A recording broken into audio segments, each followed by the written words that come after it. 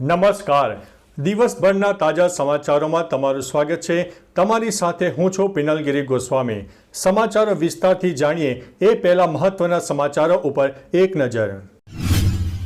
નમસ્કાર મિત્રો આજની વિડીયોમાં વાત થશે દેશ અને દુનિયાના સુપરફાસ્ટ સમાચારની.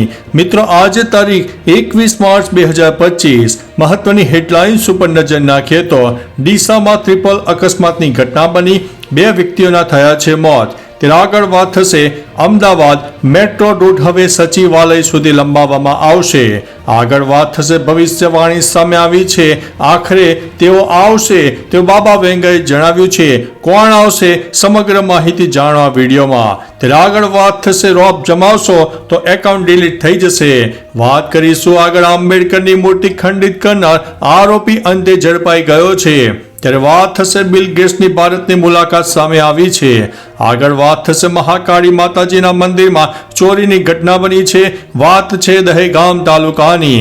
ત્યારે આગળ વાત થશે 100 કરોડના ગોલ્ડ કેસમાં નવો ખુલાસો સામે આવ્યો છે. આગળ વાત થશે હાઇડ્રોજન કારમાં સંસદ પહોંચ્યા હતા ગડકરી. ત્યારે વાત થશે દીવાના થઈ જશો, વિશ્વ સુંદરી ભારતમાં આવી પહોંચી છે. આગળ વાત થશે હર્ષભાઈ આવા ગુંડાઓનો તો તમે સર્કસ કાઢો. ત્યારે વાત થશે 17 વર્ષીય વિદ્યાર્થીનું હાર્ટ એટેકથી મૃત્યુ થયું છે. હવે મિત્રો સમાચારો વિસ્તારથી.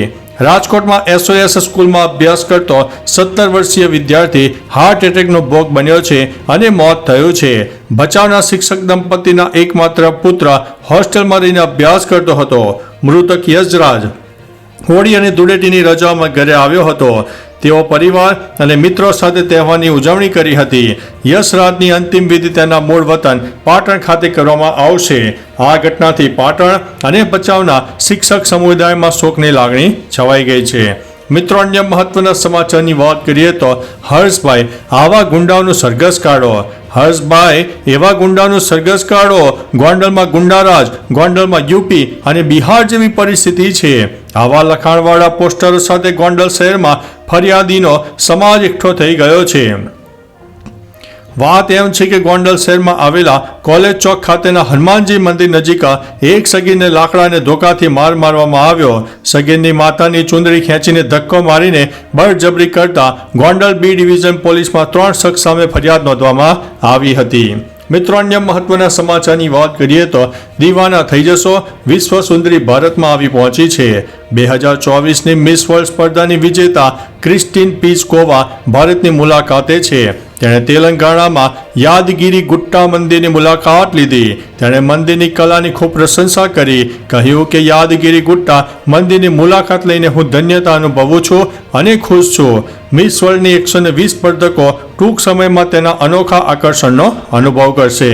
મિત્રો અન્ય મહત્વના સમાચારની વાત કરીએ તો હાઇડ્રોજન કારમાં સંસદ પહોંચ્યા Gadkari. Nitin Gadkari hydrogen car Toyota મિરાઈમાં સંસદ પહોંચ્યા હતા. તેમણે કહ્યું છે કે આ કાર હાઇડ્રોજનથી ચાલે છે અને તેનું નામ ટોયોટા મિરાઈ છે. મિરાઈનો અર્થ ભવિષ્ય થાય છે. હાઇડ્રોજન ભવિષ્યનું બળતણ છે અને આજે ભારત હાઇડ્રોજન આયાત કરતો દેશ છે. ભારત આગામી 5 થી 10 વર્ષમાં હાઇડ્રોજન નિકાસકાર દેશ બનવાનું લક્ષ્ય રાખે છે, જેનાથી પ્રદૂષણ નહીં થાય. દેશના ખેડૂતો હાઇડ્રોજનનું ઉત્પાદન કરશે અને દેશને વિકાસ થશે. મિત્રો અન્ય મહત્વના સમાચારની વાત કરીએ તો 100 કરોડના ગોલ્ડ કેસમાં નવો ખુલાસો સામે આવ્યો છે. અમદાવાદના બંધ ફ્લેટમાંથી ઝડપાયેલું 100 કરોડ રૂપિયાનું સોનું અને લાખો રૂપિયાની રોકડ મામલે તપાસમાં નવો ઘટસ્ફોટ થયો છે. શેર બજારના બાજીગર મેઘસાનો વહીવટ શાકભાજીવાળો કરતો હતો.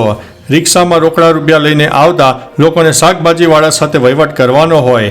જોકે તે દિવસે શાકભાજીવાળાએ રોકડા રૂપિયા લઈને આવેલા લોકોને રેડ પડી હોવાનું કહેતા ગ્રાહકો રોકડા રૂપિયા લઈને ફરાર થઈ ગયા હતા. મિત્રો અન્ય મહત્વના સમાચારની વાત કરીએ તો મહાકાળી માતાજીના મંદિરમાં ચોરી.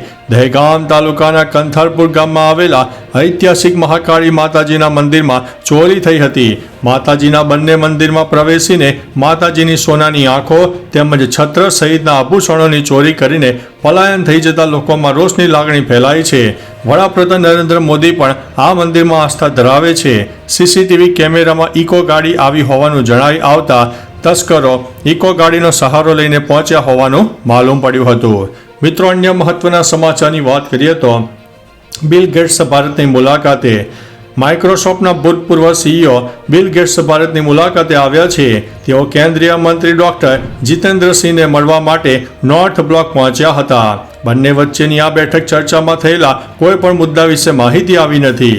બિલ ગેટ્સ 3 વર્ષમાં ત્રીજી વખત ભારતની મુલાકાતે આવ્યા છે. તેઓ આ ઉપરાંત અચાનક સંસદ ભવન પણ પહોંચ્યા હતા, જ્યાં તેઓ કેન્દ્રીય મંત્રી જેપી નડ્ડા સાથે મુલાકાત કરી હતી. મિત્રો, અન્ય મહત્વના સમાચારની વાત કરીએ તો આંબેડકરની મૂર્તિ ખંડિત કરનાર આરોપી ઝડપાયો છે. થોડા દિવસ પહેલા કેશોદમાં આંબેડકરની મૂર્તિ ખંડિત કરનાર આરોપી અંતે ઝડપાઈ ગયો છે. આરોપીએ મૂર્તિ પરથી ફૂલહાર ઉતારીને ફેંકી દીધો હતો અને પથ્થરથી મૂર્તિને નુકસાન પહોંચાડ્યું હતું. આ ઘટના 14 માર્ચની મધરાતથી સવારના 8 વાગ્યા દરમિયાન બની હતી. પોલીસ તપાસમાં જાણવા મળ્યું છે કે આરોપીએ હોળીની રાત્રે ટીખળખોરીમાં આ કૃત્ય કર્યું હતું. પોલીસે અન્ય 2 આરોપીઓની ધરપકડ માટે પણ તપાસ હાથ ધરી છે. મિત્રો, અન્ય મહત્વના સમાચારની વાત કરીએ તો રોપ જમાવશો તો એકાઉન્ટ ડિલીટ થશે. સોશિયલ મીડિયામાં ફેમસ થવા માટે લોકો પોતાની હદ વટાવી દેતા હોય છે અને કાયદાનો ડર ન હોય તે રીતે લોકોમાં ભય ઊભો કરતા હોય છે. ગુજરાતમાં આવા આવારા તત્વો સામે પોલીસ એક્શનમાં આવી છે. સુરતમાં શહેર ક્રાઇમ બ્રાન્ચે રોપ જમાવતા 20 થી 25 અસામાજિક તત્વોના ઇન્સ્ટાગ્રામ એકાઉન્ટ ડિલીટ કરી નાખ્યા છે. હવે માત્ર મોર નહીં પણ સોશિયલ મીડિયા એકાઉન્ટ પણ ડિલીટ કરી દેવામાં આવનાર છે. મિત્રો, અન્ય મહત્વના સમાચારની વાત કરીએ તો બાબા વેંગાની ભવિષ્યવાણીઓ આખા વિશ્વમાં જાણીતી છે. બાબા વેંગાએ કરેલી ઘણી બધી ભવિષ્યવાણીઓ સાચી ઠરી છે. હવે 2025ને લઈને બાબા વેંગાએ ખતરનાક આગાહીઓ પણ કરી છે, જેમાં આખું વિશ્વ અનેક મુશ્કેલીઓ સામે ઝઝૂમશે. યુદ્ધ, ભૂકંપ, કુદરતી હોનારતો જેવી પરિસ્થિતિઓ ઊભી થશે. બાબા વેંગાની ભવિષ્યવાણી અનુસાર જેની રાહ જોવાઈ રહી છે તેવા એલિયન પણ આવશે અને માનવજાત ચોંકશે. ખાસ કે આ ભવિષ્યવાણી 2221ના વર્ષ માટે કરાઈ છે. મિત્રો, અન્ય મહત્વના સમાચારની વાત કરીએ તો મેટ્રો રૂટ માટે હવે સચિવાલય સુધી તેનો રસ્તો લંબાવાશે.